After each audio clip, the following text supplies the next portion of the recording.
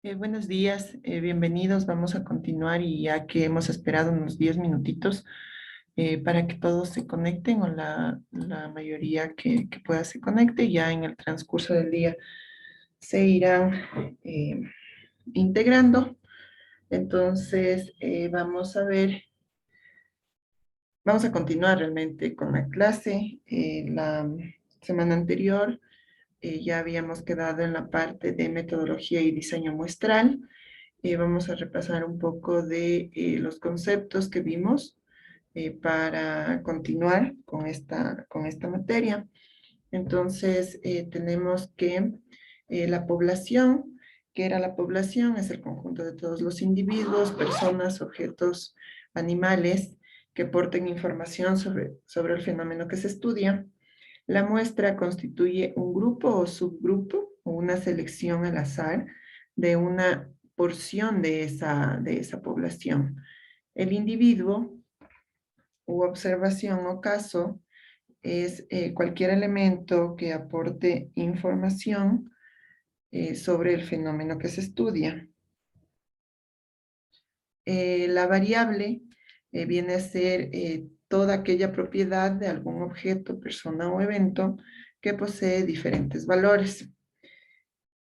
El tamaño de la muestra, ya habíamos visto la cantidad y validez de los resultados de una investigación, depende del tamaño de la muestra, y el tipo de muestreo que se puede elegir de diferentes maneras, y ahora vamos a ver, ¿no? ¿Qué tipo de muestreo nomás?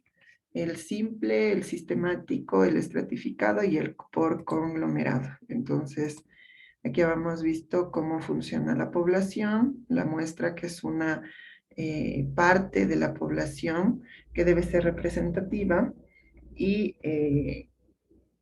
como que representa, ¿no? O lleva toda la información de la población en sí.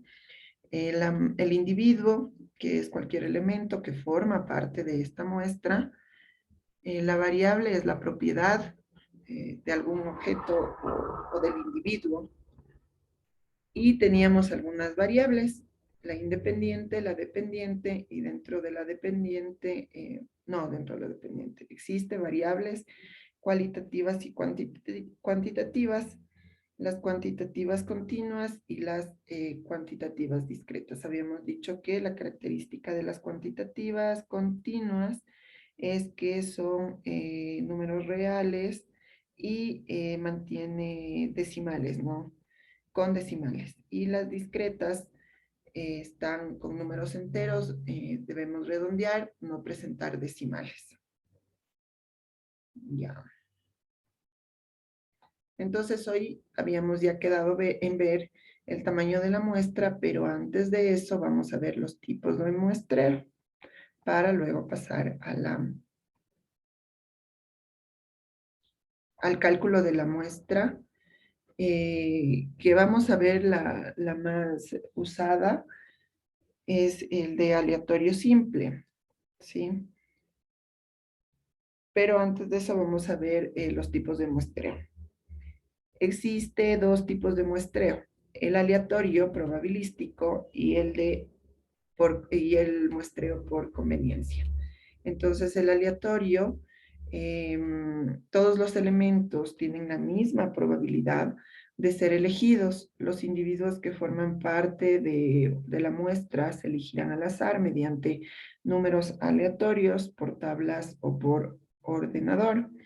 El aleatorio probabilístico puede realizarse de diferentes maneras y aquí es donde se encuentra el muestreo simple, el sistemático, el estratificado y el por conglomerados, ¿sí? Entonces, el aleatorio simple es el método conceptual más sencillo. Siempre lo que hace es extraer de todos los individuos o toda la población, individuos al azar de una lista. Aquí existe una lista o un marco, una base de personas o de objetos. Y en la práctica, a menos que se trate de poblaciones muy pequeñas o de estructuras muy simples, es difícil llevarlo a cabo de forma eficiente. Entonces, cuando son poblaciones ya representativas, están grandes, más allá de 500 personas, este aleatorio muestra mayor eficiencia, ¿no? Este aleatorio simple tiene mayor eficiencia. Entonces, aquí se toma en cuenta, se selecciona una muestra de tamaño n minúscula de una población de n unidades, n mayúscula. Cada elemento tiene una probabilidad de inclusión igual y conocida de n minúscula dividido para n mayúscula, ¿sí? Entonces vamos a ver un ejemplo gráfico.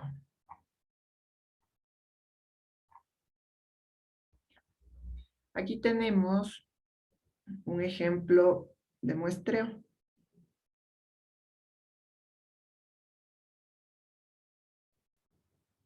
A ver, aquí tenemos. El problema. Se pretende determinar la... bueno, esto luego vamos a calcular con la fórmula, pero el problema es que tenemos una población de 250 ovejas. Como resultado de ese cálculo de la muestra, tenemos 61 ovejas. Entonces, ¿cómo funciona el muestreo aleatorio simple? Entonces, el muestreo aleatorio simple lo que hace es de las 250 ovejas, que es toda la población, seleccionar al azar de manera no ordenada, en cualquier orden, 61 ovejas, que son las que van a estar consideradas en la muestra, ¿sí? Entonces aquí tenemos la gráfica que nos permite identificar de mejor manera el muestreo aleatorio simple. Entonces, ¿cuáles son las ventajas? Es sencillo y de fácil comprensión. Es rápido y se usa medias y varianzas. Es decir, estas medias y varianzas también están representadas ya estadísticamente y existen bases donde se puede hacer uso de ellas y de manera sencilla implementar la fórmula, ¿no? Se basa en la teoría estadística y por lo tanto existen paquetes informáticos para analizar los datos. También ustedes, por ejemplo, dentro del cálculo de esta fórmula de aleatorio de muestreo simple, tienen una base en Excel donde van a ingresar, identificar e ingresar los datos y les va a calcular. Sin embargo, es importante conocer la teoría, es importante conocer de dónde vienen los datos y qué representan sobre todo. ¿Y cuáles son las desventajas de esto? Requiere que se posea de antemano un listado completo de toda la población. Cuando se trabaja con muestras pequeñas es posible que no represente a la población adecuadamente, como lo habíamos estado diciendo. ¿Sí? Luego tenemos el muestreo sistemático. Aquí se utiliza cuando el universo o población es de gran tamaño. Ha de extenderse en el tiempo o ha de extenderse en el tiempo. En este caso se elige el primer individuo al azar y el resto viene condicionado por este primer individuo. Luego hay que calcular una constante que se denomina coeficiente de elevación, representada con la letra K, y que es la división de n mayúscula para n minúscula. La n mayúscula es el tamaño de la población y la n minúscula el tamaño de la muestra. Entonces, para determinar la primera unidad muestral, se debe producir la primera extracción. Para ello, hay que elegir al azar un número entre 1 y k. De ahí en adelante, tomar uno de cada k intervalos regulares. Ocasionalmente es conveniente tener en cuenta la periodicidad del fenómeno. Entonces, vamos al ejemplo gráfico.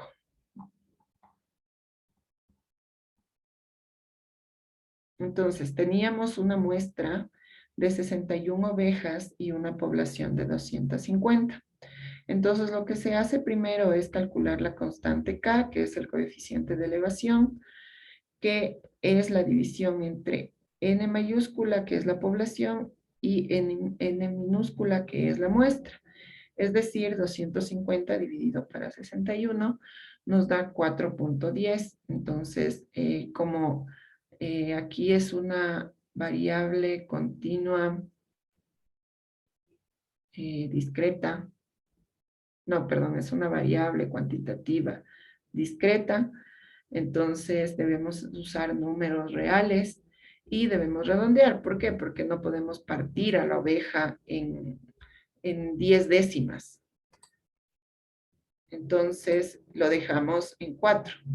Tal vez si es que era 4.5, podríamos redondear a 5. Entonces, siempre vamos a aproximar en estos casos hacia abajo o hacia el inmediato superior. Entonces, a cada abeja se le asignará un número de 1 a 250. Y tercero, elegimos la primera muestra. Como el valor de K es 4, entonces elegimos de forma aleatoria entre el número 1 y el 4. Supongamos que el número va a ser el 3, entonces aquí seleccionamos el 3. Por ello, entonces vamos a tomar como primera muestra a la oveja 3 y a continuación seleccionaremos las demás muestras de 4 ovejas de la siguiente manera. Entonces tenemos el primer grupo sistemático del 1 al 4, el número 3, el siguiente vendría del 5 al 8, igual el 5 es el 1, el 6 es el 2 y el 3 es el 7, entonces vamos a seleccionar el 7. El siguiente del 9 al 12 y vamos a seleccionar igual el tercer número de este intervalo, que es el 11. El siguiente sería del 13 al 16 y el tercer número viene a ser el 15. Entonces, de esa manera vamos a completar las 61 ovejas que nos corresponde a la muestra. Entonces, este muestreo sistemático lo que hace es formar estos intervalos y calcular con eh, un coeficiente de elevación. ¿Cuáles son las ventajas de este sistema? Es fácil de aplicar, no siempre es necesario tener un listado de toda la población. Cuando la población está ordenada siguiendo una tendencia conocida, asegura una cobertura de unidades de todos los tipos. Y la desventaja es que si la constante de muestreo está asociada con el fenómeno de interés, se pueden hallar estimaciones sesgadas. Y ahí tenemos el muestreo aleatorio estratificado. El azar aquí no es una garantía de representatividad. Este muestreo pretende asegurar la representación de cada grupo en la muestra.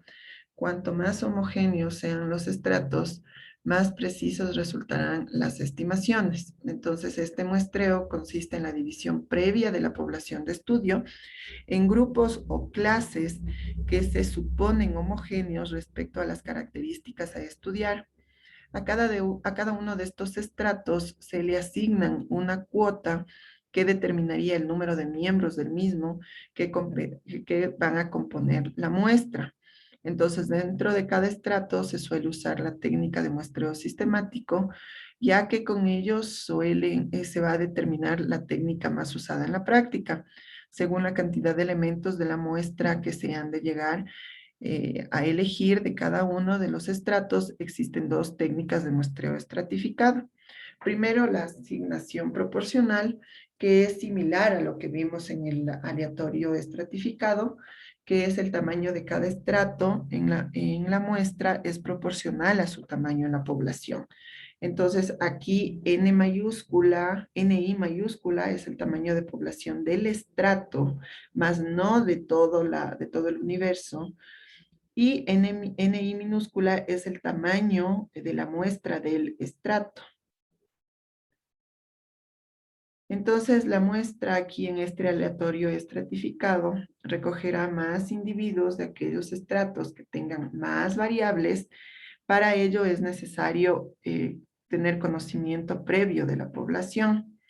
Entonces vamos a ver el ejemplo gráfico.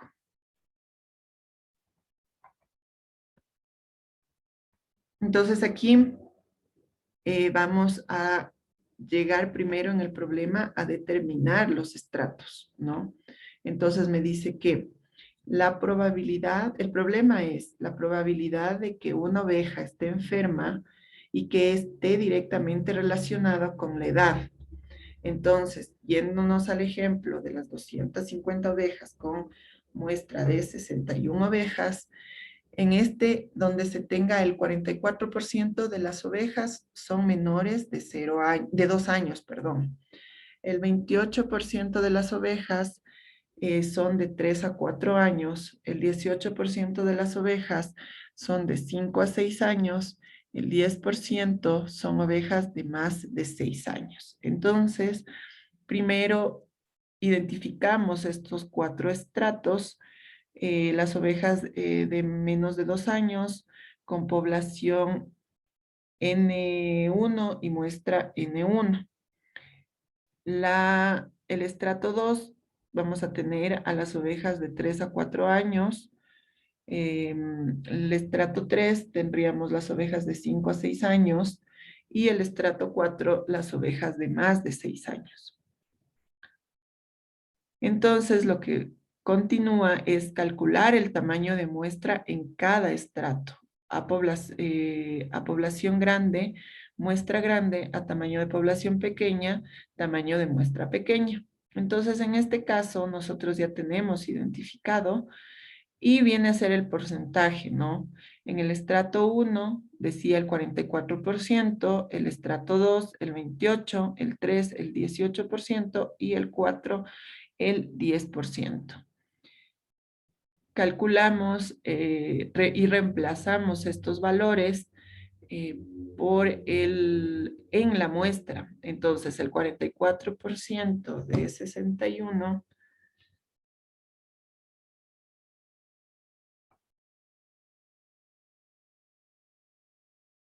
nos da 26.84, pero como tenemos que usar números enteros, redondeamos a 27. El 28% de la muestra de 61 ovejas es 17.08, que no nos permite redondear, nos quedamos en 17.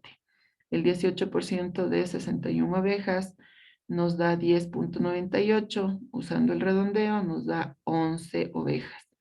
Y el 10% de 61 ovejas, que eran la muestra, tenemos 6.10, que nos da el resultado de 6.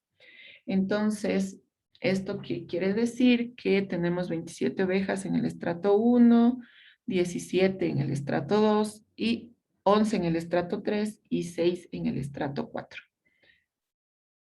Entonces, ¿cómo funciona? Aquí, las 61 ovejas están divididas por edades. Y las edades, el estrato 1 era de 2 años, mayores de hasta 2 años. Entonces, como ese hay mayor población, vamos a tener 27 ovejas. Del estrato 2 de la clasificación por edades, tenemos 17 ovejas. Del estrato 3, 11 ovejas. Y del estrato 4, 6 ovejas. Entonces, ¿qué es lo que hace este muestreo estratificado? Que a población más grande le corresponde un tamaño de muestra más grande y a población pequeña le corresponde una muestra pequeña. Y la suma de todas estas muestras de los estratos es en sí la muestra a ser aplicada dentro del estudio de investigación. ¿Cuáles son las ventajas del muestreo aleatorio estratificado? Tiende a asegurar que la muestra represente adecuadamente a la población en función de variables seleccionadas, se obtiene estimaciones más precisas y como desventajas se ha de conocer la distribución de la población en las variables utilizadas para la estratificación y los análisis son complicados en muchos casos la muestra tiene que ponderarse, asignarse pesos a cada elemento, como lo hemos visto en el ejemplo. De ahí viene el muestreo por conglomerados.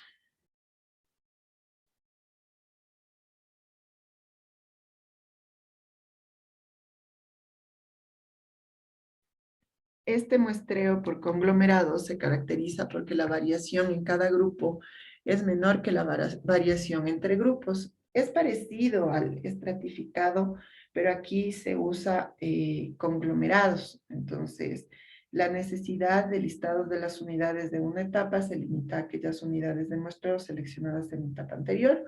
Se divide la población en varios grupos de características parecidas entre ellos. Entonces, los conglomerados son estos grupos que tienen características parecidas. Y luego se analizan completamente algunos de los grupos, descartando los demás.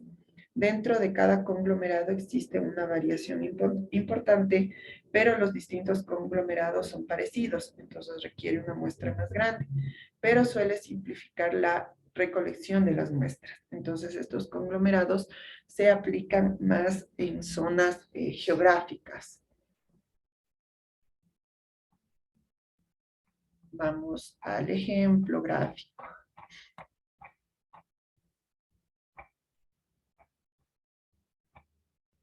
Ya, entonces, el conglomerado, aquí se divide la población en diferentes grupos de características parecidas entre ellos y luego se analizan completamente algunos de los grupos, descartando los demás.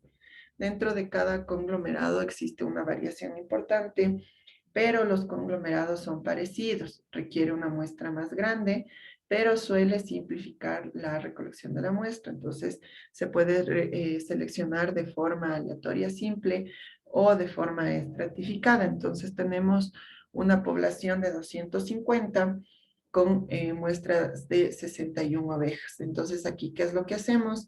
No sé, la población de 250 está dentro de una ciudad y a la vez esta ciudad tiene parroquias o tiene barrios, entonces empezamos a dividir por conglomerados. Entonces aquí en el ejemplo tenemos dos grupos, ustedes pueden ver, aquí está un grupo, las dos primeras filas hacia abajo y las dos siguientes igual hacia abajo, está dividido por conglomerado. Estos son dos conglomerados. Entonces, ¿qué hace?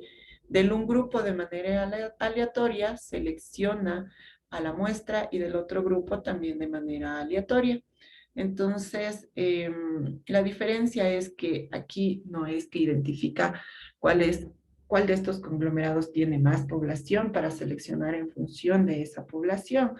Lo que tiene aquí es simplemente identifica grupos parecidos por zonas geográficas, puede ser por, yo qué sé, por características o colores, edades, cualquier variable que necesitemos identificar y simplemente los divide y los selecciona al azar en números iguales de los conglomerados, ¿sí?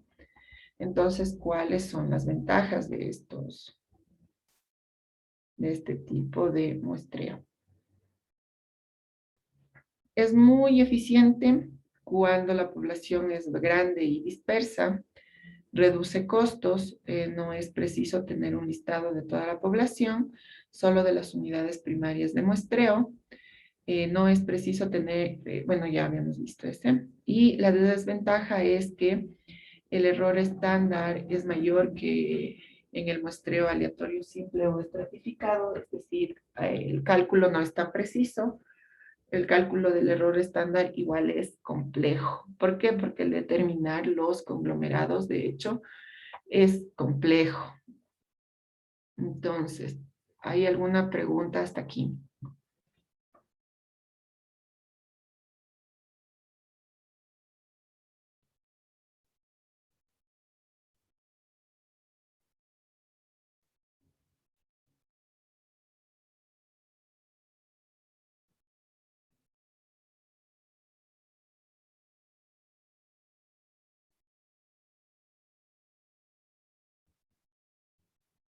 Preguntas, chicos.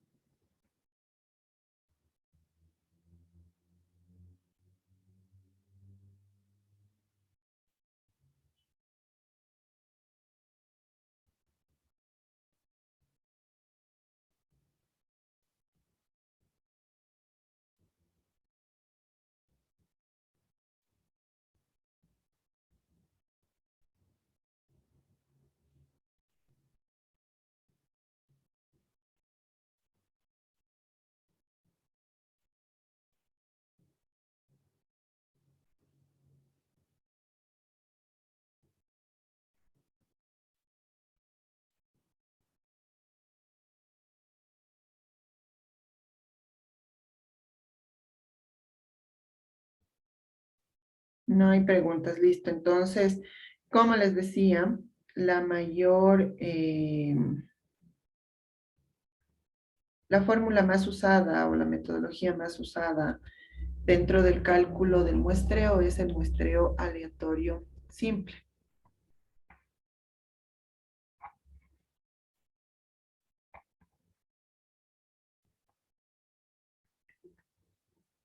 Y aquí tenemos la fórmula usada tanto para poblaciones finitas como infinitas.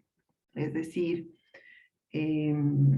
bueno, si hablamos de muestras pequeñas, van a ser finitas, y si hablamos de muestras grandes, usualmente se consideran grandes pasado los 500 o 1000, pero para casos de estudio se puede considerar pasado los 100, los 200 muestras grandes, y muestras finitas, muestras pequeñas. Entonces, tenemos aquí la fórmula.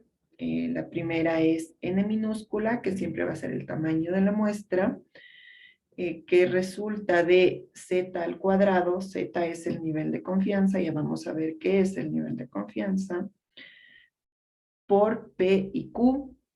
P es la variable positiva y Q es la variable negativa. Entonces, P es la probabilidad de que suceda un evento en el lado positivo y Q en el lado negativo.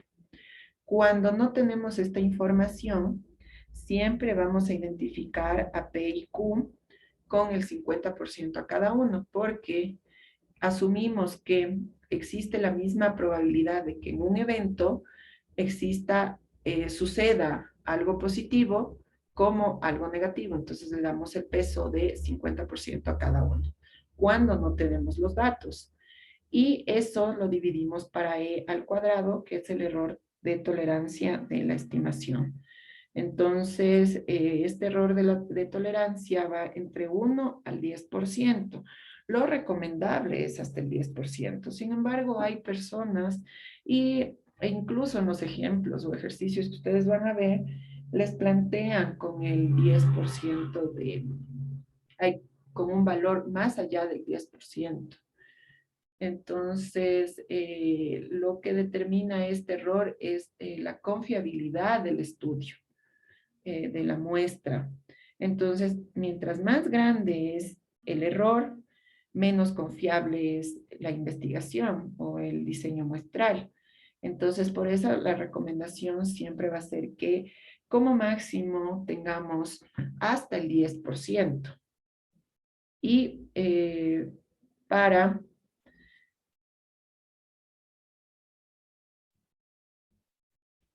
identificar la población finita, no, perdón, infinita, tenemos la fórmula de n sub 0, que viene a ser el tamaño de la muestra aproximado, y dividido para 1 más n sub 0 dividido para n mayúscula, que es el tamaño de la población bajo estudio.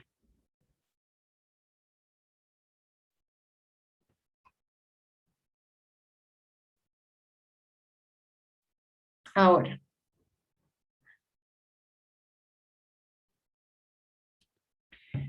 ¿qué es el nivel de confianza? Es la probabilidad a priori de que el intervalo de confianza a calcular contenga el valor verdadero o el valor del parámetro que estamos buscando.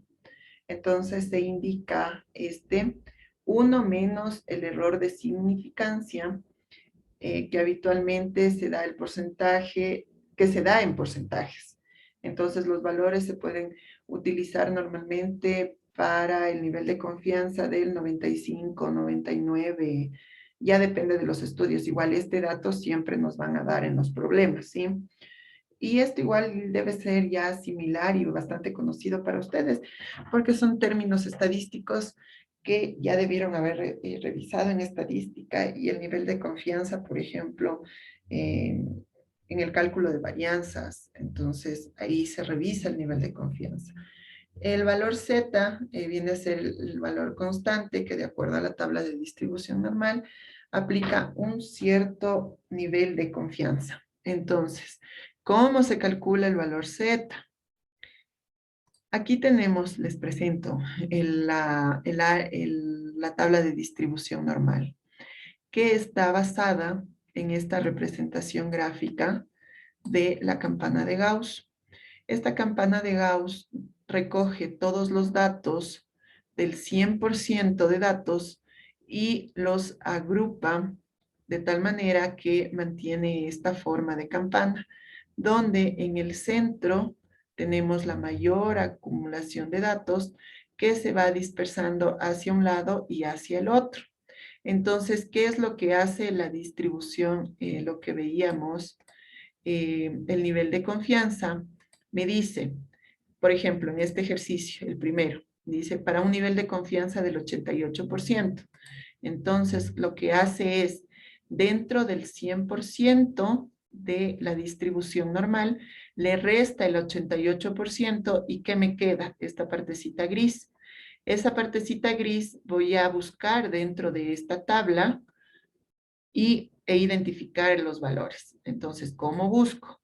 Entonces, en el ejemplo tenemos la solución. Primero, el nivel de confianza, el 88%. Entonces, tenemos que cambiarle a números reales el 88%. Entonces, tenemos 1 menos 0.88 nos va a dar 0.12. Ese es el error de estimación, la parte gris de la campana de Gauss. Esta parte la dividimos para 2 y tenemos 0.06. Lo que vamos a buscar es este 0.06 en la tabla de distribución normal. ¿Dónde está el 0.06, el valor más aproximado? Lo tenemos aquí. No sé si logran ver la manito. Tenemos aquí el valor más aproximado que es 0.0597. Les voy a marcar. Está aquí. ¿Sí? Entonces, ¿qué es lo que hago? Me voy hacia la izquierda, hacia el cuadro, y eso es 1.5 dentro de los valores X. Y en los valores Y tengo el 0.06. Entonces, ¿qué es lo que hago? Sumo el valor de la fila de 1.5 más el valor de la columna, el 0.06, y ese es mi valor Z. Es 1.56. ¿Está claro?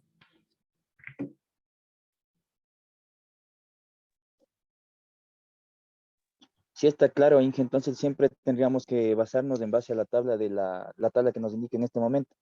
Sí, la tabla de distribución normal. Esta tabla de distribución normal igual está en la plataforma, ¿no? Ustedes pueden descargarla.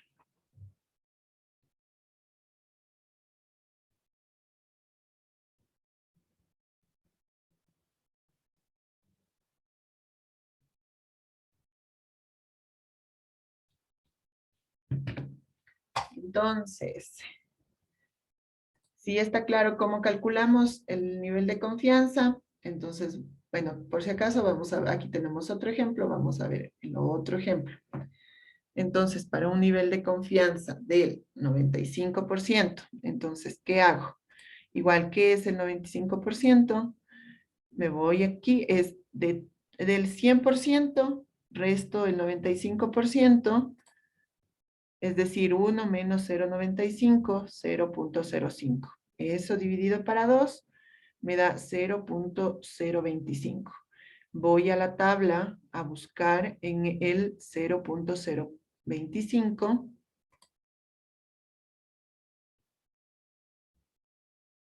y lo tenemos aquí.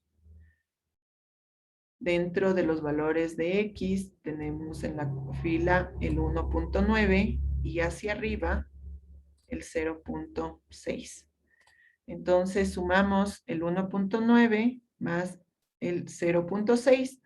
Tengo el valor de Z de 1.96. Entonces, ustedes dentro de la plataforma, ahora vamos a revisar la plataforma. Ustedes en la plataforma tienen una tarea y en la tarea está el cálculo.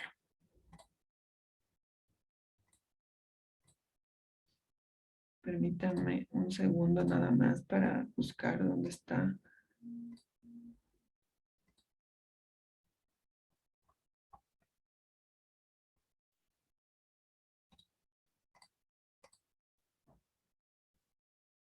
Ya, en la tarea 2 nos dice que tienen que usar la plantilla de cálculo de la muestra que está colgado igual en la plataforma y es esta plantilla. ¿Dónde está la plantilla? Esta plantilla.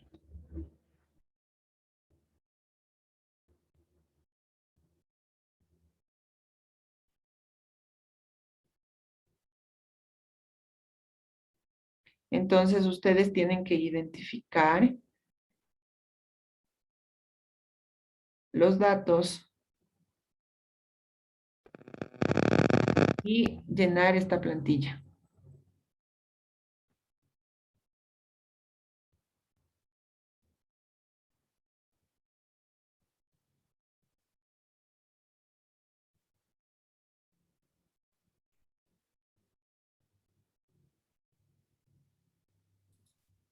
Licenciado, buenos días. Sí, buenos días. Compañeros, buenos días. Licenciado, por hacerle una consulta. Mire, el sábado anterior, justamente bajé esta plantilla para resolver el deber.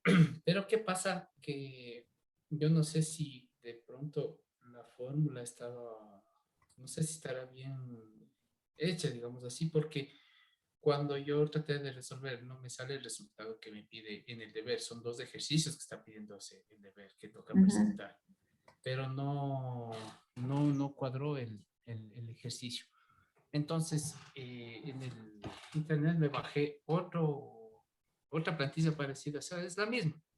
Y le hice ahí el deber y me cuadró. A ver, este ejercicio,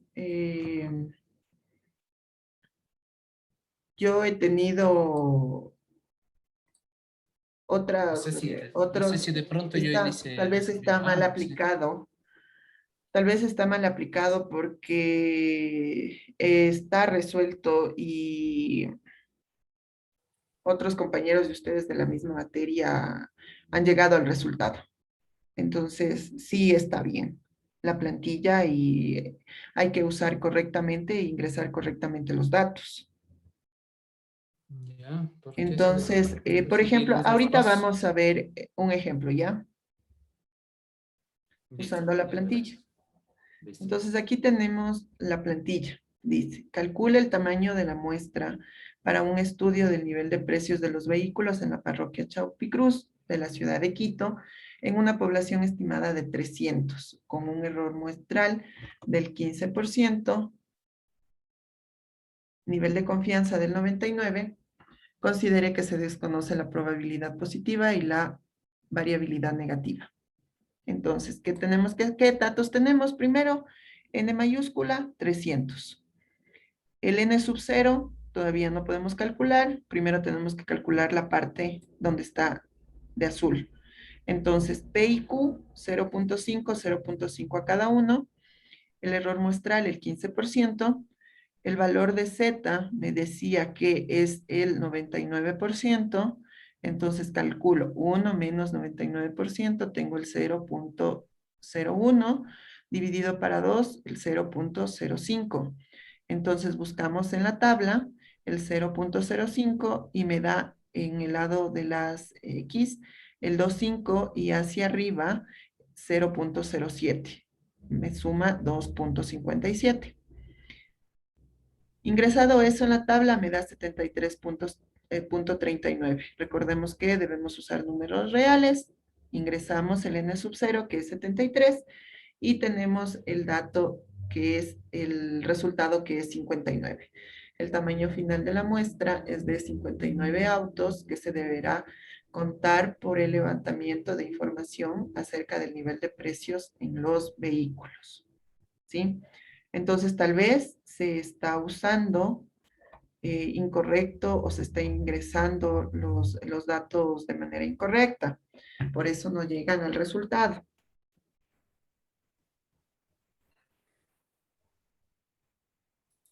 Listo, licenciada, muchas gracias. Ya le voy a revisar bien entonces Ya. ¿Alguna otra pregunta?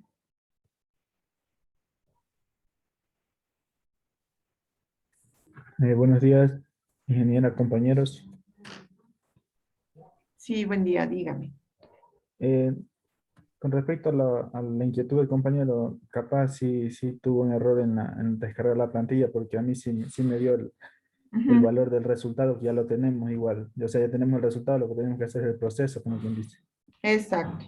En, Identificar los datos sí, correctamente. en el segundo ejercicio sí me salió con decimales el resultado. No sé si ahí se redondea o Sí, cómo es, pero... sí se debe, bueno, depende del ejercicio, ¿no? A ver qué. Sí, porque le ponía en el valor de Z el valor que me daba en la tabla de distribución y se me pasaba como con unos 0,4 se me pasaba. Entonces eso le quería consultar si ahí se redondea Sí, o- a ver, dice el tiempo de demora del proceso penal en el centro de detención. Sí, tiene que ser redondeados porque son procesos completos. Ah, ya, ok. Solo eso era la inquietud. Ya, Entonces sí está bien. Muchas gracias. listo.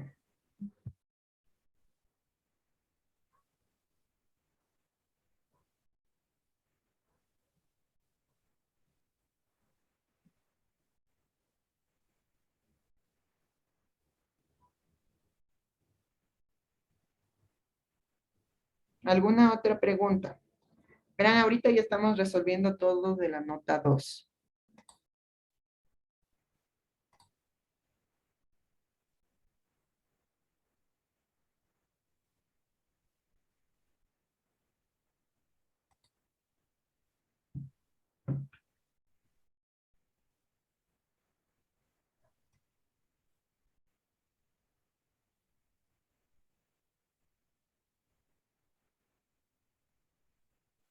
Entonces, preguntas, revisen hasta eso bien, hagan la prueba y pregúntenme ya. Aprovechemos este tiempo para resolver todo de la nota 2.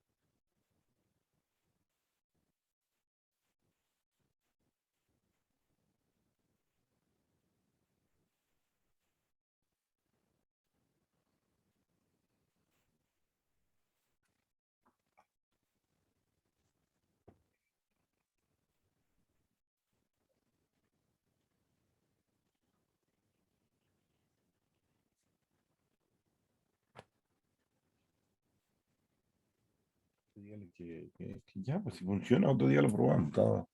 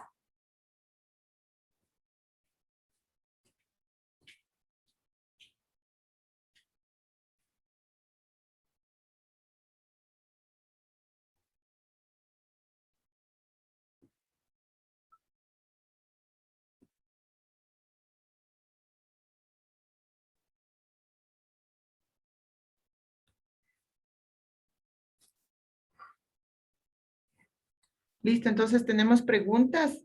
Ya revisaron.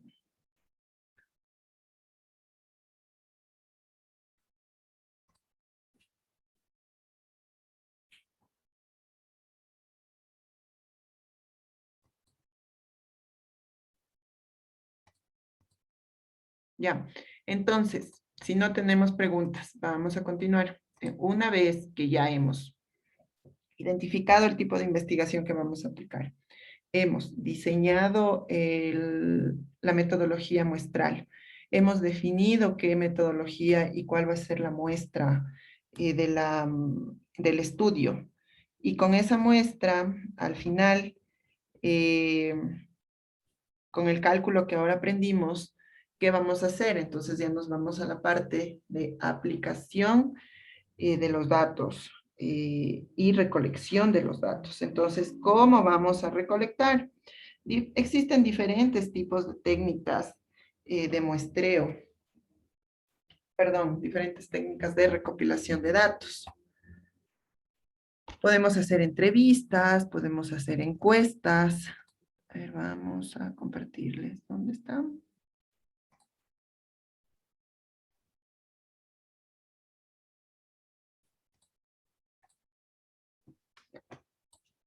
Entonces podemos hacer, aplicar algunos tipos, ¿no? de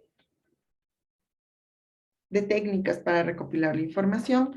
Podemos hacer encuestas o cuestionarios, podemos utilizar la observación, podemos hacer inventarios, depende de los casos, ¿no? Análisis de contenidos, análisis de rastros, podemos hacer entrevistas. Entonces, vamos a analizar la más usada, que es la encuesta. Entonces, ¿qué es una encuesta? La encuesta es una serie de preguntas que se hace a muchas personas para reunir datos y para detectar la opinión pública sobre un asunto determinado. Entonces, ¿cómo elaboramos una encuesta? ¿Qué debemos considerar para establecer o elaborar una encuesta? Lo primero que tenemos que hacer es fijar claramente los objetivos que buscamos con la encuesta que vamos a hacer. Estas metas se establecen según los motivos por los que se va a realizar esa encuesta. Si decidimos hacer una encuesta porque queremos lanzar un producto a la venta o si deseamos saber si realmente es interesante hacerlo, entonces los objetivos de la encuesta puede ser conocer los gustos de mis consumidores, de un nuevo mercado que esté buscando o el nivel de aceptación que dicho producto tendría. Entonces, de todo lo que les acabo de mencionar, en sí ya son los objetivos más comunes por los que son aplicadas las encuestas. Aunque muchos otros, como conocer también la demanda que tendría un producto o servicio, también se puede aplicar una encuesta para medir el clima laboral, por ejemplo, que hay en una empresa, o conocer el grado de satisfacción del cliente. Luego de que hemos determinado el objetivo de la encuesta, delimitamos la población a la que nos dirigimos. Eso ya lo habíamos hecho en números en función de la muestra. Pero aquí nos referimos ya al conjunto de personas con características parecidas de las que Era la cuarta, deseamos por favor. conseguir información cuyo análisis nos permite cumplir con los objetivos de la encuesta.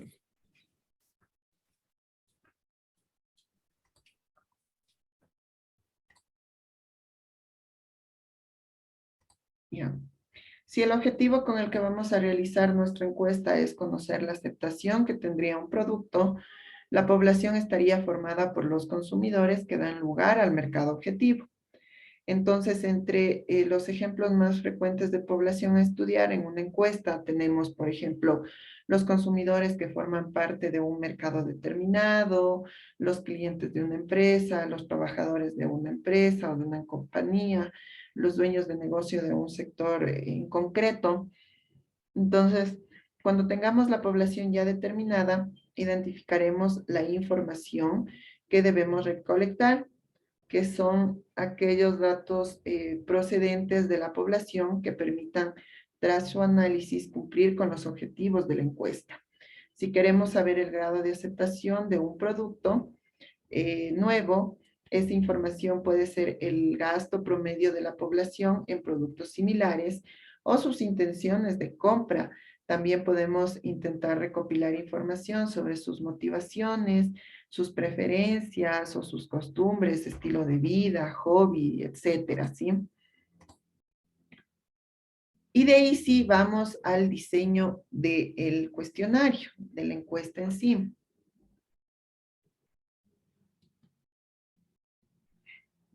Por favor, ¿me pueden dar un minutito?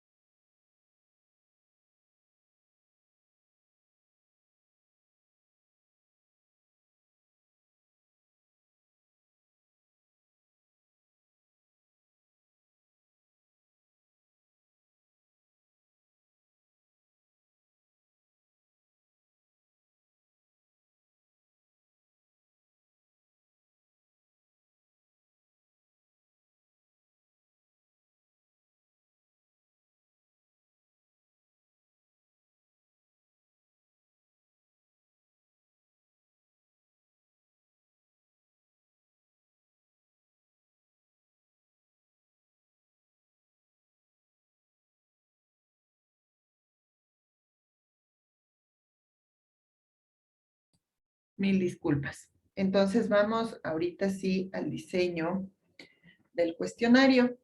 Entonces aquí lo importante de este paso es que por una parte la estética sea agradable y sea más fácil que la gente responda si le planteamos un diseño amigable y bonito. Si no sabemos cómo diseñar una encuesta o un cuestionario, igual más adelante vamos a ver, ahora existen varios sistemas ya prediseñados, por ejemplo, el Tipform o una herramienta gratuita dentro del Google, está el Google Form. Entonces, podríamos hacer uso de eso. Igual ya más adelante vamos a ver unos videos y donde ustedes van a poder apreciar qué tan sencillo es elaborar y manejar esta herramienta. Y en eso consiste también la tarea, la nota 3, ¿sí? En diseñar ya esta herramienta de recolección de datos, tomando en cuenta las herramientas tecnológicas que tenemos ahora al alcance y que incluso son gratuitas, ¿no? Entonces, si continuamos con el mismo ejemplo, en el que necesitamos conocer la aceptación que podría tener un producto, en este caso podríamos hacer algunas de las siguientes preguntas. Por ejemplo, podríamos preguntar, ¿probaría usted este nuevo producto? ¿Cuánto suele gastar en promedio en productos similares? ¿O cada cuánto tiempo suele comprar productos similares a este? Entonces, ahí imaginémonos que la información que necesitamos es la que nos permite saber cuáles son los gustos, preferencias de los consumidores en relación a un producto y también la frecuencia de compra de estos consumidores, y eso me va a dar a mí la idea de cuál va a ser mi nivel de producción y a la vez mi nivel de ingresos. Entonces, si es que queremos preguntar en relación al producto, podríamos preguntar qué es lo primero que tiene usted en cuenta cuando compra un producto de este tipo. ¿Qué le cambiaría o le añadiría a un producto como este? Entonces, ya en el cuestionario se puede hacer preguntas acerca del precio, de la calidad, de la marca, del diseño, del tamaño, todo lo que consideremos importante. Sin embargo, hay que considerar que un cuestionario, como habíamos dicho al inicio, aparte de que sea estético, sea agradable, sea bonito, este cuestionario debe debe tener información concreta y específica de las personas que estoy encuestando. Entonces, para yo conseguir la atención de una persona es muy difícil, y que me conteste un cuestionario de 100 preguntas va a ser casi imposible. Entonces, ustedes deben ponerse en el lugar del encuestado y preguntarse hasta cuántas preguntas estoy dispuesto a contestar si yo fuera el encuestado. Entonces, lo recomendable es que se haga un cuestionario entre 10 y 20 preguntas como máximo. Si nos pasamos de las 20 preguntas, los encuestados ya no nos van a poner atención o nos van a contestar por contestarnos sin darnos la verdadera información.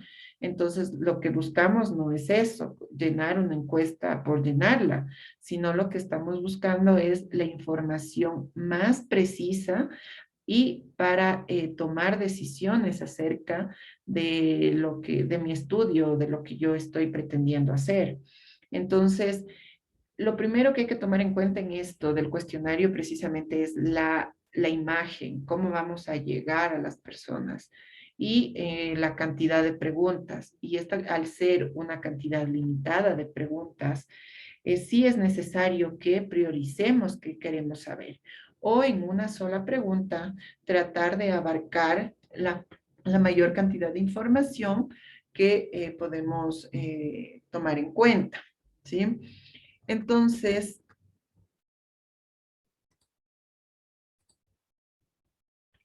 este tipo de encuestas lo podemos hacer podemos aplicarlas ahora por correo, por teléfono, de manera presencial y también en línea, ¿sí? Hay diferentes tipos de encuestas. Las encuestas descriptivas buscan crear un registro sobre las actitudes o condiciones presentes dentro de una población en un momento determinado, es decir, en el momento en el que se realiza la encuesta. Las encuestas analíticas, a diferencia de las descriptivas, su objetivo no es documentar un problema, sino explicar y describirlo para poder encontrar la solución. Otro de los temas más importantes que debemos considerar dentro del diseño de la encuesta es el tipo de preguntas. Entonces aquí debemos considerar las preguntas abiertas y las preguntas cerradas. Entonces, ¿Cuáles son las preguntas abiertas? Son aquellas en las que el encuestado tiene libertad para responder con sus propias palabras. Entonces, yo le pregunto, por ejemplo, les había dicho una pregunta, ¿probaría usted este nuevo producto? Entonces, nada más, y le dejo abierto a que el consumidor me ponga sí, no, tal vez, si es que me gusta, si es que tiene un buen precio, si tiene tal color. Entonces, la característica de una pregunta abierta es que voy a tener infinidad de criterios e infinidad de respuestas. Al momento de la tabulación va a ser complejo y por eso lo mejor y lo que más se recomienda es hacer uso de las preguntas cerradas, porque estas tienen un nivel de contabilización o análisis más rápido, son más sencillas y llevan menos tiempo el tabular. También permite obtener conclusiones de más relevancia y nos pueden conseguir más resultados, mayor información. Entonces, si es que yo le pregunto lo mismo y le digo, ¿podría usted, no, perdón, probaría usted este nuevo producto? Y le pongo como opción sí, no. Entonces, ahí ya se convierte en una pregunta cerrada. ¿Por qué? Porque le estoy dando las opciones de respuesta. Mientras que en la abierta le doy la libertad para que el encuestado responda según su criterio. Entonces, algunos dirán así de manera sencilla, sí o no, otros me van a decir, como les decía, si es que me gusta el color, si es que tiene un buen precio, tal vez odio este producto. Entonces, el análisis de esos resultados en las preguntas abiertas sí son más complejas. Sin embargo, igual hay preguntas y respuestas abiertas que deben estar consideradas, por ejemplo, en las entrevistas. Las entrevistas voy a usar unas 5, máximo 10 preguntas abiertas con un experto. Entonces, ahí no me interesa recolectar información direccionada para un punto específico, sino recibir la mayor información que pueda de este experto para mi alimentación dentro del estudio, ¿sí? Entonces, las preguntas abiertas no es que son malas, son buenas y son usadas, pero hay que saber cuándo y dónde usarlas, ¿sí? Entonces, ese es otro de los tips que debemos tomar en cuenta al momento de diseñar una encuesta. Cuando ya tenemos esto, diseñada la encuesta, considerando la cantidad de preguntas, los tipos de preguntas que vamos a usar, también podemos usar, por ejemplo, respuestas con niveles o intervalos. Por ejemplo, podemos usar ¿qué tanto le gusta? Mucho, poco, nada. O niveles, ¿no? ¿Le parece qué criterio tiene de este producto? Bueno, malo, ninguno. Entonces, estos intervalos también se pueden usar en las encuestas y nos da la idea también de lo que nuestro mercado meta piensa acerca del producto o de lo que nosotros estamos pretendiendo investigar. Entonces, cuando ya tenemos elaborado eso, lo que hacemos ya es recolectar la información. Entonces, el encuestador tendrá que contactar con los encuestados, sea en la calle, en la casa, en la oficina, o bien por teléfono, hacerle las preguntas que hemos incluido en el cuestionario, recogiendo todas las respuestas de nuestro mercado objetivo. También se puede enviar un cuestionario por correo, por email, para que las personas preguntadas lo complementen o lo llenen. Entonces, hay que hacer ya un trabajo de campo, es decir, salir a la calle a preguntar a los encuestados Pero para todo esto hay que planificar bien, ¿no? Dicha planificación debe incluir la selección y contratación de encuestadores, capacitarlos para que hagan las preguntas de forma adecuada, organizarlos en grupos o equipos de trabajo, determinar dónde se hará la encuesta, en qué fecha, en qué hora, cuánto tiempo durará. Toda esta planificación realmente es lo más costoso dentro de la investigación, a más del conocimiento y de la información que requiere buscarse para diseñar la investigación, ¿no? Entonces, esto es uno de los costos más altos dentro de la investigación y por eso es que les decía que esta herramienta es muy útil, pero también es costosa y lleva tiempo y también conocimiento, porque como les acabo de decir, para ya realizar la recolección de la información, se debe hacer realmente toda una planificación.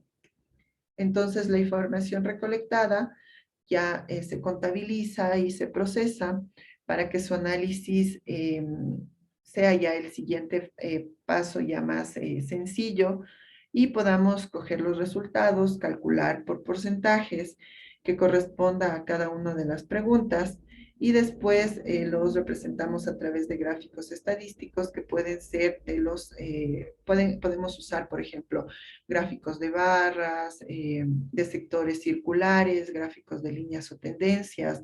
Podemos hacer uso de histogramas, de polígonos de frecuencias, de histogramas de frecuencias acumuladas. Entonces, una vez que tengamos la información, realmente ya corresponde el último paso, que es el análisis de los datos. Aquí lo importante no es solo decir cuántas personas me dijeron sí, cuántos no contestaron, sino llegar a una conclusión.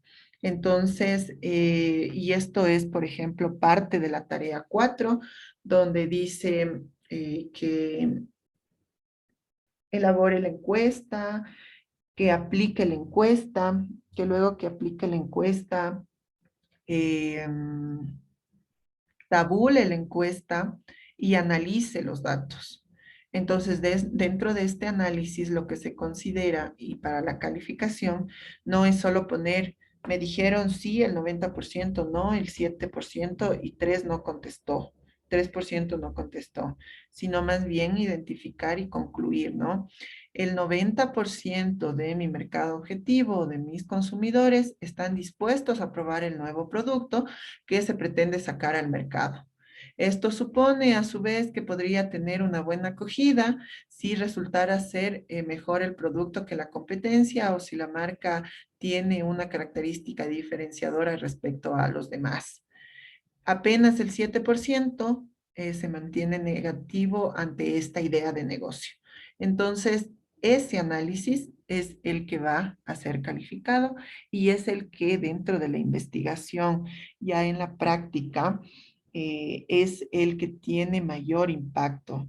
Este análisis de datos realmente ya permite la conclusión de los que toman las decisiones para las estrategias que van a implementar. Entonces, el análisis de datos como resultado final de todo esto es muy importante, ¿sí? Entonces, vamos, a ver, tenemos preguntas hasta aquí.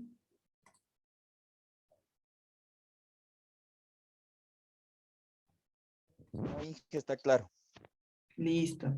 Entonces, verán, les había dicho que actualmente la tecnología ya nos da la herramienta.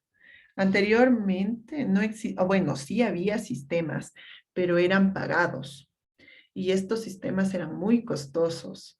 Entonces, lo que tocaba hacer es diseñar una encuesta en Excel, en Word, en PowerPoint, para luego imprimir o poder enviar a los correos y aplicar.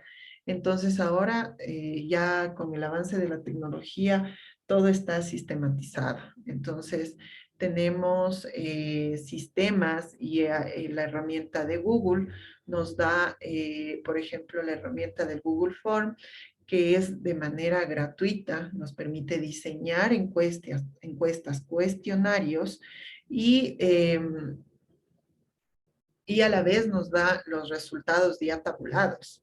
Anteriormente teníamos que imprimir y luego manualmente, luego de la impresión, empezar a tabular pregunta por pregunta y los resultados que nos den, ahí sí cambiarlos a gráficos e empezar a interpretar. Ahora, con la tecnología, el Google Form les tabula automáticamente y les entrega los resultados. Por eso es que les digo que lo importante dentro de la tarea final es el análisis que ustedes hacen, más no el gráfico o la tabulación, porque eso lo hace la herramienta sola. Entonces, esta herramienta primero debe contar con una cuenta en Google. ¿Alguien está con el micrófono abierto, por favor? Ya. Entonces, deben contar con una cuenta en Google. Posiblemente todos lo tenemos. Sin embargo, me corresponde cumplir con identificar y poder llenar ese vacío de que alguien no pueda conocer. Entonces, el primer paso es crear una cuenta en Google. Vamos a ver el video, este es cortito de 3 minutos y posteriormente vamos a ver igual cómo se usa la herramienta de Google Form. Entonces, en esto sí, por favor, pongan mucha atención porque es parte de la tarea 3. Y luego de estos videos sí, vamos ya a analizar la tarea 3 y cómo se tiene que resolver.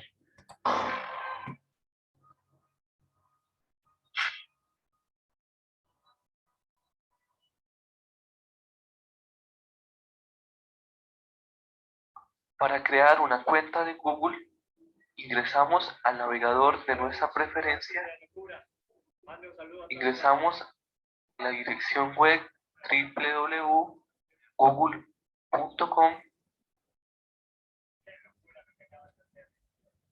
nos dirigimos a la barra superior y damos clic en Gmail, damos clic en crear una nueva cuenta, ingresamos los siguientes datos: nombre, apellidos, nombre de usuario, contraseña, confirmamos la contraseña, fecha de nacimiento, el día, mes, año,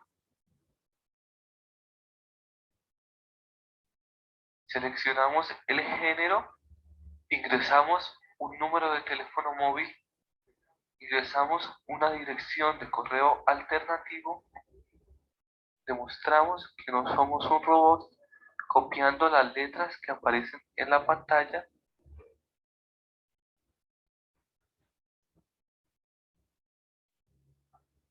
seleccionamos la ubicación, aceptamos las políticas y condiciones del servicio de Google, es importante leerlas, y seleccionamos si queremos que Google pueda utilizar la información de mi cuenta para la personalización de contenidos, anuncios web.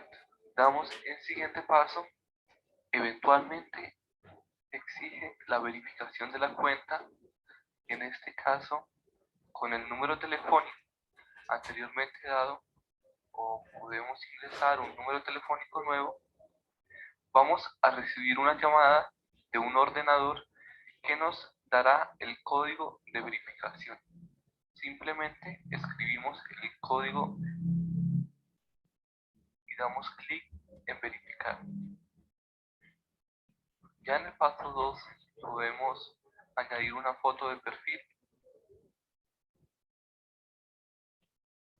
En el tercer paso nos dan la bienvenida.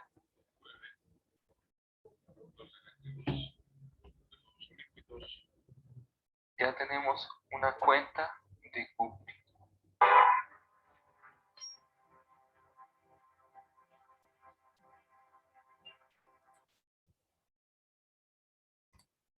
Listo.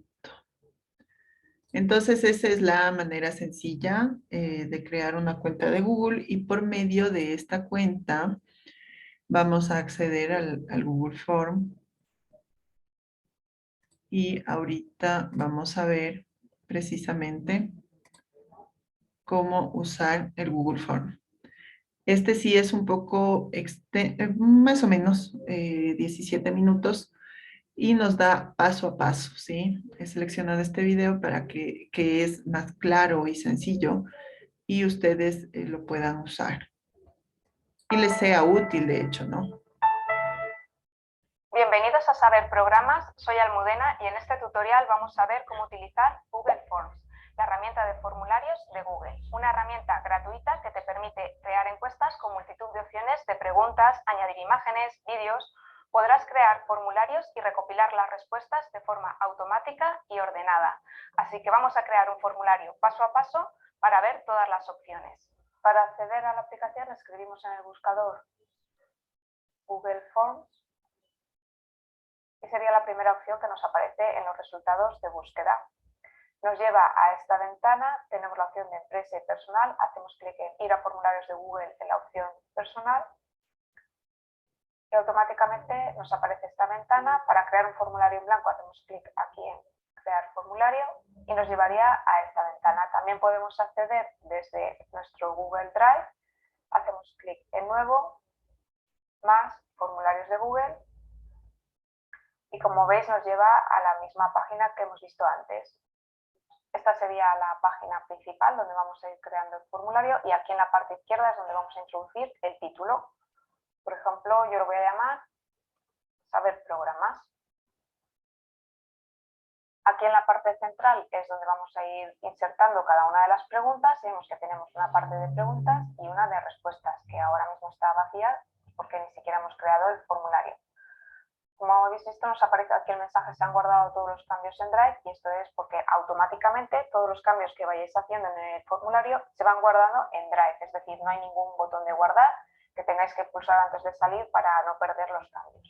Aquí en la parte derecha tenemos algunas opciones de personalización. En primer lugar vamos a personalizar el tema, podemos elegir el color, yo en este caso voy a elegir un color azul, podéis personalizar también el color si no os convence ninguno de los que aparece aquí, haciendo clic en más. Y desde esta zona elegiríais el color que más os gustará. Hacéis clic en añadir y nos propone tres colores de fondo, un poco más claro y un poco más oscuro. Vamos a elegir el más claro y aquí en la parte inferior podemos elegir el tipo de fuente. Yo voy a dejarlo en básico porque se ve bastante bien. También podemos insertar una imagen aquí en la parte superior haciendo clic en elegir imagen. Seleccionando cada uno de los temas nos muestra unas imágenes que nos pueden servir según el tipo de formulario que queremos crear y también podemos subir una imagen personalizada. Yo voy a elegir una de temas que tengamos por aquí, por ejemplo esta en tonos azules, hago un clic en insertar. A continuación tenemos aquí un botón de vista previa, lo pulsamos y no nos aparece nada porque solamente el encabezado, porque todavía no hemos introducido preguntas, pero desde aquí podemos ir viendo cómo va quedando nuestro formulario. Y vamos a continuar viendo todas las opciones que tenemos. Aquí debajo del encabezado nos aparece el título que le hemos dado al formulario y también podemos añadir una descripción si queremos.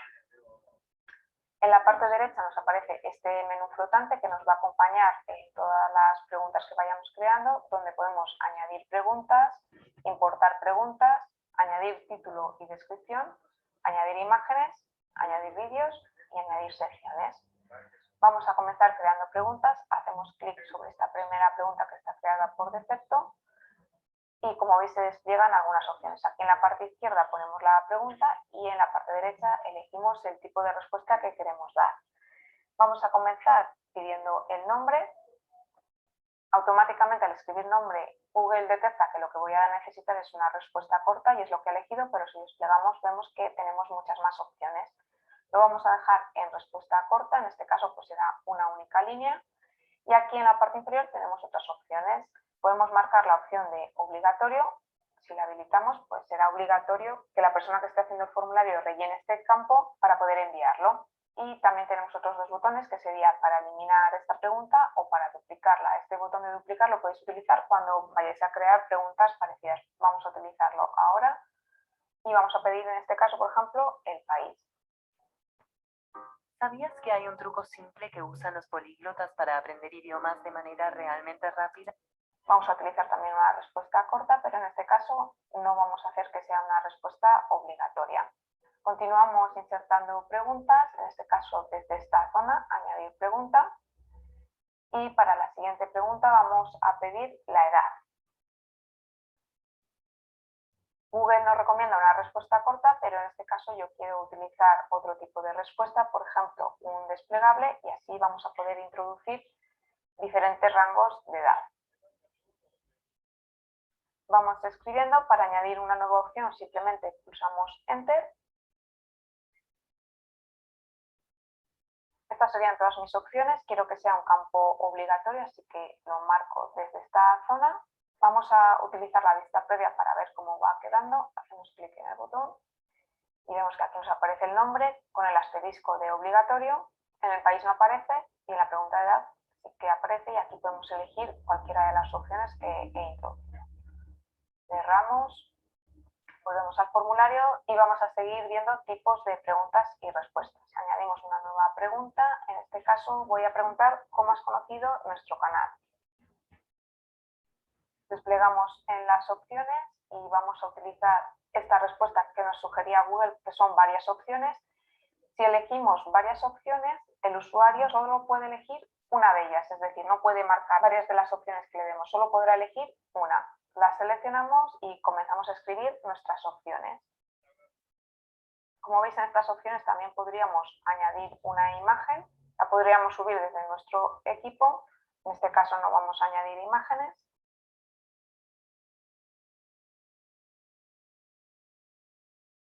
Y en la última opción voy a quitar la que tenía, las 6, y voy a añadir esta respuesta que nos aparece siempre, que es añadir respuesta otro, y lo que aparecerá es una línea para escribir otra respuesta si no le sirve ninguna de las opciones que hemos escrito. Queremos que sea obligatorio y continuamos con otro tipo de pregunta y respuesta. Añadimos, en este caso vamos a preguntar qué programas te interesaría aprender. En este caso queremos que la persona pueda marcar diferentes opciones, así que vamos a utilizar la opción casillas, que es la que nos recomienda Google. La diferencia con la de varias opciones es que utilizando las casillas, el usuario que rellena el formulario puede marcar varias opciones de las que se dan. Seleccionamos casillas y comenzamos a escribir.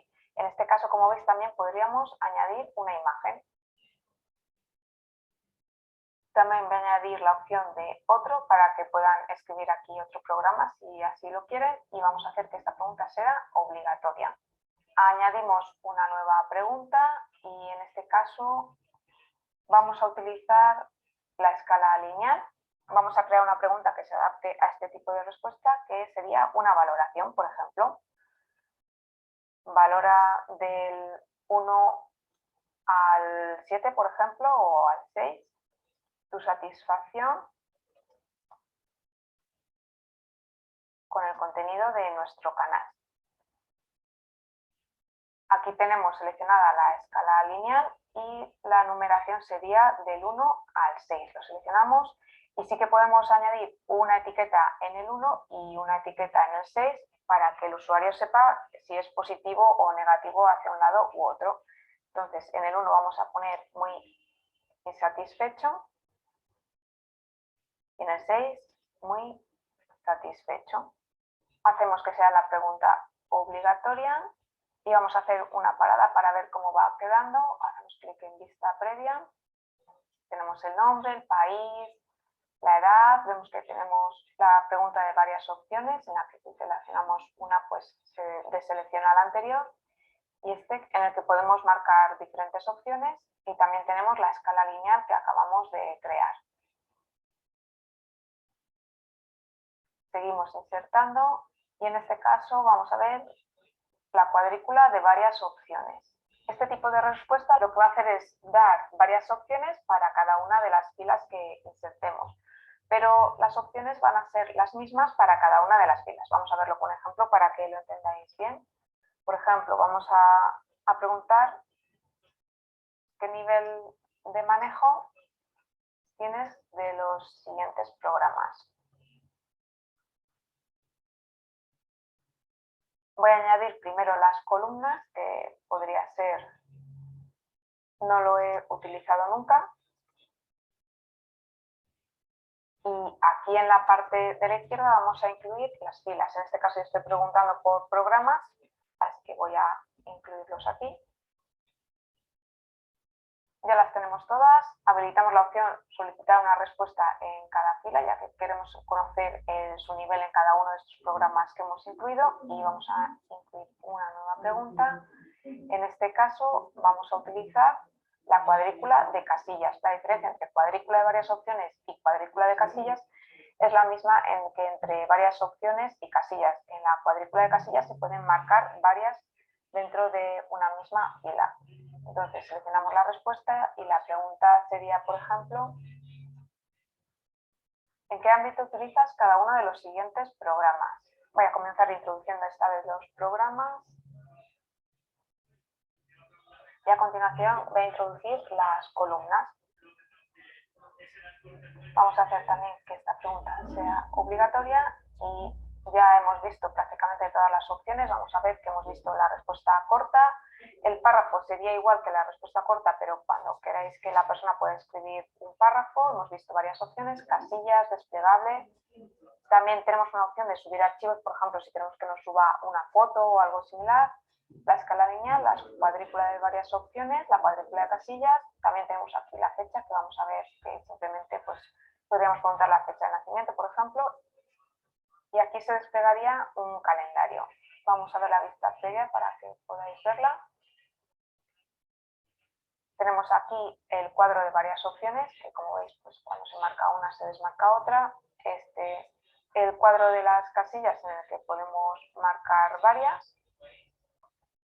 Y en la fecha de nacimiento, pues nos aparece aquí el calendario y podemos elegir cualquiera de las fechas y movernos entre los diferentes meses. Cerramos esta vista previa. En este caso no queremos la fecha de nacimiento porque ya hemos añadido una pregunta de desplegable para elegir el rango de edad. Así que vamos a eliminar esta pregunta y ya tendríamos nuestro formulario. Vamos a ver unas últimas opciones. Por ejemplo, podemos dividir nuestro formulario en diferentes secciones. Al dividirlo en secciones hará que unas preguntas aparezcan en una página y otras aparezcan en páginas siguientes. Es decir, el usuario que lo rellena va pasando diferentes páginas. Vamos a incluir dos secciones, una para los datos personales del usuario que contesta y otra pues, para las preferencias. Vamos a incluir la sección entre la pregunta de edad y cómo has conocido nuestro canal, así que nos colocamos en la pregunta de edad y en este menú flotante elegimos la opción añadir sección y nos lo acaba de dividir en dos secciones diferentes. Aquí en la parte superior tenemos el nombre de la sección, es la 1 de 2 y nos la aplica el nombre del formulario, que es saber programas. La vamos a llamar acerca de ti y también podéis añadir una descripción. Y a la segunda sección le vamos a llamar tus preferencias. Las secciones también tienen sus propias opciones que podemos ver en esta zona. Podemos duplicar una sección, que lo que hace es duplicar todas las preguntas que contiene esa sección. Podemos mover la sección, eliminar la sección, que es lo que vamos a hacer ahora porque esta es la que hemos duplicado. Y también podemos combinar con la anterior. Cuando queréis eliminar la división en secciones, pues hacéis clic en combinar con la anterior y automáticamente volverían a estar las preguntas como las teníamos al principio. Por último, vamos a ver las opciones de configuración que tenemos aquí en la parte derecha. Hacemos clic. Podéis seleccionar la opción recopilar direcciones de correo electrónico y habilitar el acuse de recibo de respuestas. Es decir, los encuestados reciben una copia de sus respuestas. En este caso, no queremos recopilar direcciones de correo. Limitar a una respuesta. Con esto obligáis a las personas que hagan la encuesta a que inicien sesión en Google, entonces solo pueden responder la encuesta una vez. De este modo, pues también os aseguráis que las estadísticas que obtengáis del formulario pues sean más reales porque una persona no hace varias veces el formulario. Los encuestados pueden editar después de enviar, ver gráficos de resumen y preguntas y respuestas del texto, pues en este caso no lo vamos a marcar. En presentación vamos a habilitar la barra de progreso. No vamos a marcar el orden de preguntas aleatorio porque queremos que tenga el orden que hemos establecido. y vamos a personalizar el mensaje de confirmación. Este será el mensaje que vea la persona una vez que ya haya respondido a todo el formulario. Y aquí en la última parte tenemos las opciones de cuestionario, que sería pues para añadir puntuaciones, etcétera. Nosotros ya lo tenemos con esto, hacemos clic en guardar y una vez que ya tenemos creado completamente y configurado nuestro formulario, haríamos clic en enviar para poder hacer llegar el formulario a las personas que nosotros queremos. Podemos enviarlo a través de correo electrónico, aquí podríamos incluir los correos. Se puede incluir el formulario en el propio correo electrónico, añadir colaboradores. También podemos obtener un enlace, incluso acortar la URL, que queda mucho mejor. Y incluso también tenemos el código HTML para insertarlo en una web. En este caso, yo voy a utilizar el enlace acortado y lo voy a abrir en una nueva ventana para rellenarlo. Vamos a rellenarlo aleatoriamente, pues vamos a poner un nombre, país, en la edad elegimos una de las opciones. Como veis aquí nos muestra el progreso, como hemos rellenado la primera página pues ya estamos en la mitad y en la siguiente página nos va a mostrar la segunda sección. Si no hubiéramos incluido las secciones nos lo mostraría todo en una misma página. Hacemos clic en siguiente y aquí tenemos el resto de las preguntas. En este caso elegimos solo una. Aquí podemos marcar varios programas, la satisfacción. En este caso, pues vamos a marcar diferentes opciones. El ámbito, como sabéis, podéis elegir varios dentro de cada uno. Vamos a seleccionar varios aleatoriamente. Una vez que se ha respondido a todo, pues la persona que lo rellena hace clic en enviar. Y aquí se muestra el mensaje, gracias por responder el formulario que habíamos introducido anteriormente. Nos muestra aquí también el nombre que habíamos aplicado a la sección 1. Esto tenedlo en cuenta por si no queréis que se muestre aquí este texto, pues tendréis que aplicar otro nombre diferente a la primera sección. Y ahora, al volver a nuestro formulario, vemos que en la zona de respuestas tenemos aquí un 1 y es la respuesta que hemos introducido. Están pues todos los datos que hemos ido introduciendo aleatoriamente en el formulario. Con una única respuesta no tiene mucho sentido ver todas las opciones de las respuestas de los formularios de Google, así que en la descripción del vídeo os dejo el enlace a este formulario para que podáis responderlo. Cuando tenga unas cuantas respuestas haré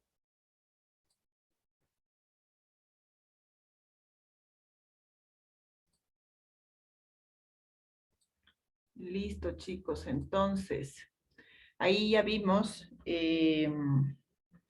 cómo usar la herramienta del Google Form. En la tarea 3, ustedes precisamente tienen una encuesta que tienen que replicarla usando esta herramienta y la tarea es copiar el link y subir en la plataforma. Entonces, yo abriré el link y verificaré si está la encuesta, de acuerdo a lo que se ha solicitado en la nota 3. Entonces, si es que no está ese link o no funciona, verifiquen que se abra. Si el link no funciona o está incorrecto o no se abre, ahí igual tendrán la calificación que corresponda, ¿no? Eso es la nota 3. Preguntas.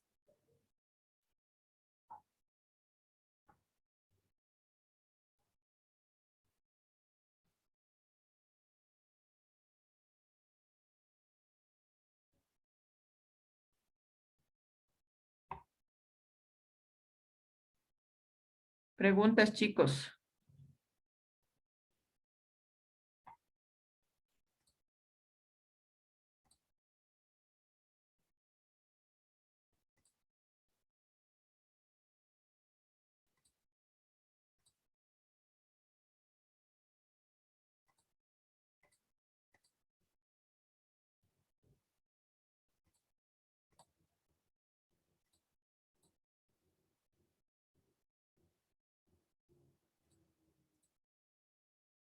Entonces, ya el paso final dentro de la investigación de mercados, cuando ya tenemos todo el análisis de los datos, tenemos levantada la información, el paso final es la preparación del informe y presentación del informe. Entonces, ¿qué vamos a tener aquí?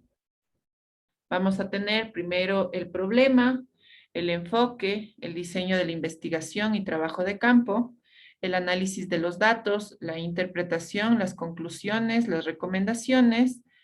Bueno, en sí esto es todo el proceso, ¿no? El informe, la presentación oral de los resultados y la lectura del informe por parte del cliente y el seguimiento de la investigación. ¿Qué debe contener? Esto es todo el proceso de la investigación de mercados. ¿Qué debe contener el informe final? Ya cuando tenemos todos los resultados de la investigación, primero una portada, una carta de entrega, la carta de autorización donde se establece la necesidad de crear la investigación de mercados, la tabla de contenidos, la lista de tablas, una lista de gráficos, una lista de anexos. Tenemos un resumen ejecutivo donde va a estar una pequeña síntesis de toda la investigación y los resultados con los principales hallazgos, conclusiones y recomendaciones, pero a manera de resumen, la definición del problema con antecedentes del problema y planteamiento del problema. Enfoque del problema, luego tenemos que hablar del problema, del enfoque, el diseño de la investigación. Esto va a contener el tipo de diseño de investigación, las necesidades de información, la recolección de datos de fuentes secundarias, la recolección de datos de fuentes primarias, las técnicas de escalamiento, el desarrollo del cuestionario y pretest, las técnicas de muestreo, el trabajo de campo. Luego, el análisis de datos, donde establecemos la metodología, el plan de análisis de datos. Finalmente, ya entre los últimos, los resultados, las limitaciones y advertencias dentro del estudio, las conclusiones y las recomendaciones. Con la presentación de este informe final, concluye la investigación de mercado, pues aquí vamos a dar todos los resultados que hemos obtenido de la investigación con sus resultados, ¿no? Entonces, con eso terminamos el proceso de investigación de mercados. La próxima clase, ya si no hay preguntas, nos correspondería la parte de definir, hacer un resumen y un repaso de los temas más importantes. Quizás vamos a revisar un poco de preguntas. Yo les haré preguntas, ustedes me van a ir respondiendo como a manera de repaso para el examen. Entonces, igual revisen la plataforma para ver si tenemos preguntas. Si hay preguntas, necesitamos resolver, como les decía, este es el único espacio donde vamos a resolver las preguntas de todo tipo de la materia.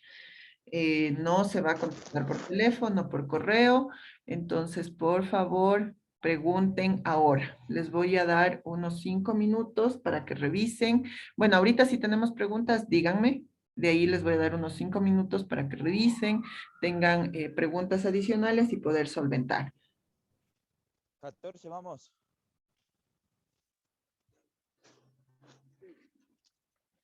Vamos, estaremos.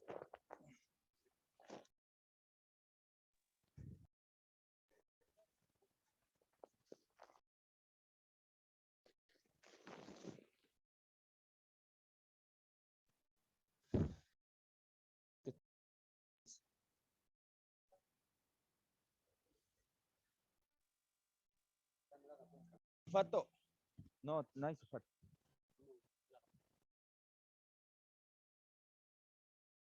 $50.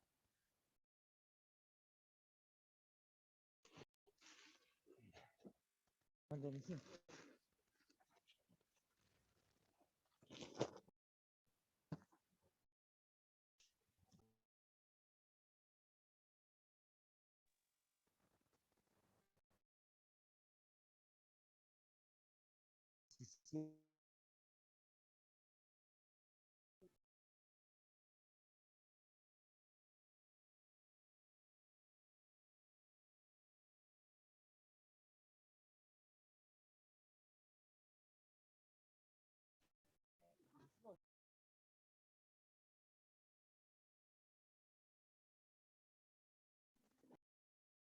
días.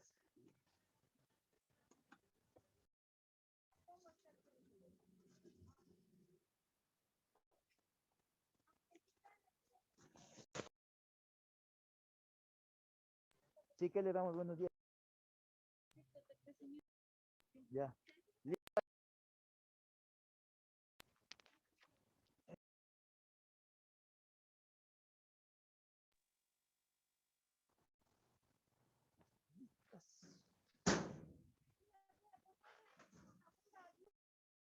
Somos 20.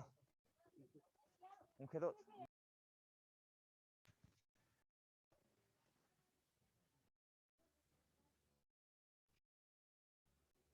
A ver, por favor, chicos, preguntas, o si no, cuiden el micrófono, por favor, están activándolo involuntariamente. Cuando pregunten, por favor, que sea clara la pregunta, ¿no? Por favor, revisen la materia ahorita, pregunten, aprovechen.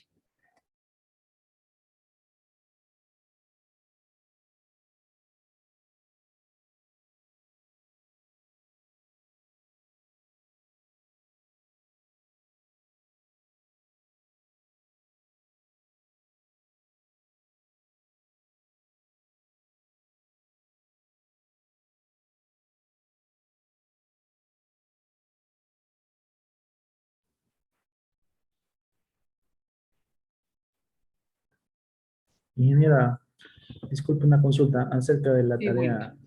acerca de la tarea 4 que dice realice un modelo de encuesta eh, del tipo que estamos realizando de la tarea 3 así igualita como la que estamos realizando en Google Form, ese Sí, tipo de, ya, exacto, tiene que ser en la tarea 4. Ahí les dice, a ver, dice, elabore, ¿dónde está?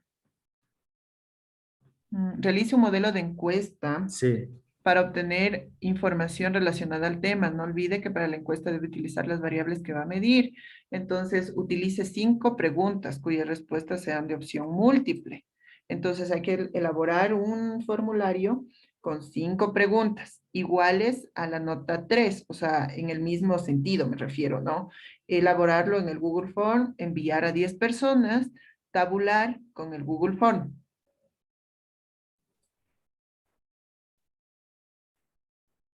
o sea, los pasteles que me salen ahí, con ese informe, Sí. eso de ahí utilizo Exacto. para Adicional hay que hacer, hacer el análisis, ¿no? De cada resultado. ya, o sea, obligatorio tengo que enviarle a 10 personas para que ellos me Sí, respondan eso, exacto. ya. Ahí sería como el modelo que estaba ahí en el video, con que tienen que poner el nombre, la edad, eso. Así. O puede ser así nomás, de forma anónima. Puede ser de manera anónima. En Ya, el video es más amplio, ¿no? Para cuando claro, ustedes necesitan, o sea, en el video lo que hace es abarcar la mayor cantidad de opciones que puede tener la herramienta. claro, ahí nos explica un poco más detallado que nomás se puede utilizar, pero en sí el instituto no nos pide eso, o sea, nos pide o sea, tenemos que limitarnos a hacer lo que nos pide en el formato. Exacto, sí. Ah, ya, Entonces, bueno. las 5 preguntas sí puede ser igual de manera anónima, porque en los resultados no vamos a poner igual datos, ¿no?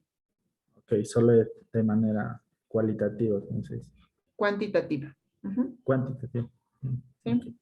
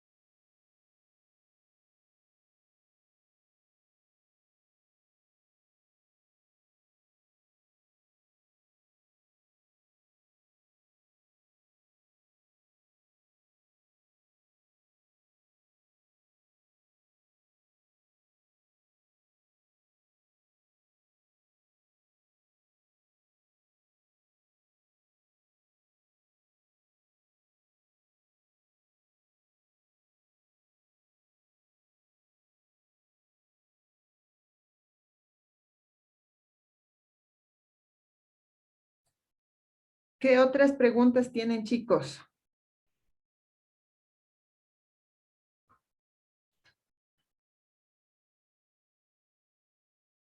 Si no hay más preguntas, realmente tendríamos que dejar ahí la clase. Hemos visto y abarcado todo lo que corresponde al pensum y lo que está en la plataforma. No me cansaré de repetirles, revisen por favor la plataforma, vean la materia que está ahí, se ha dado todo en función de lo que está ahí. Entonces, por favor, la próxima clase ya igual ustedes van a ir haciendo las tareas y van a tener preguntas, entonces traigan las preguntas para la próxima clase y el repaso que vamos a hacer en la próxima clase.